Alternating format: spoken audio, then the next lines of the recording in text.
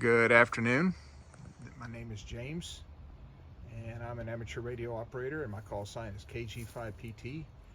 I'm in Belton, Texas on Sunday, December the 1st, 2024. I have a question about shortening or lengthening your antenna to make it resonate on 40 meters and 75 meters. So here's my question. To you. All right, We have a Alpha Delta DXLB Plus. of course, you're dealing with the long wire here. The 10 and 20 meter wires don't apply right now in this situation.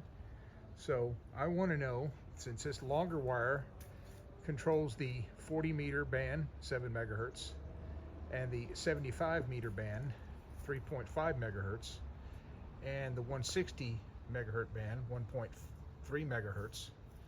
All right, is it safe to say that from the center point to this trap right there, from there back controls 40, and then from this trap over here to this trap is 75 meters, and then your 160 is from here back?